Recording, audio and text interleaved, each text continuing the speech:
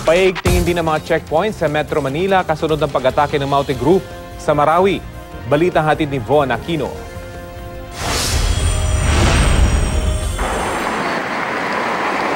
Magdamag na nagsagawa ng checkpoint ng Parañaque Police dito sa Macapagal Boulevard. Ayon sa team leader ng Parañaque Police, regular naman daw nila itong ginagawa sa lugar simula noong idaos ang ASEAN Summit dito sa ating bansa. Sumunod lang naman sila. Wala naman dapat silang ikabahala. Para rin sa kapayapaan naman nila, kaayusan. Ang mga nakamotorsiklo, pinapahinto at tinitignan kung may tamang papeles ang kanilang sasakyan. May mga pribadong sasakyan din na pinapara at tinitignan lang ang kanilang lisensya. Kung hindi naman daw kahinahinala ang mga motorista ay agad din silang nakakatapos sa checkpoint. Pabor po ako sa ginagawa po nila. Tama po yung ginawa nila para mabawasan po yung mga masasamang loob.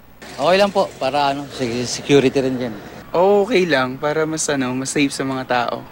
Bilang bahagi ng SOP, may mga karatula naman na nakalagay sa kalsada.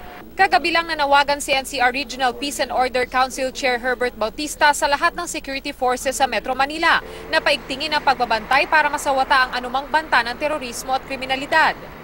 Sa Valenzuela, patuloy naman din ang Oplan Sita sa mga checkpoint. Pinapatigil ang mga nakamotorsiklo para matiyak na may lisensya ang rider at may dokumento ang sasakyan.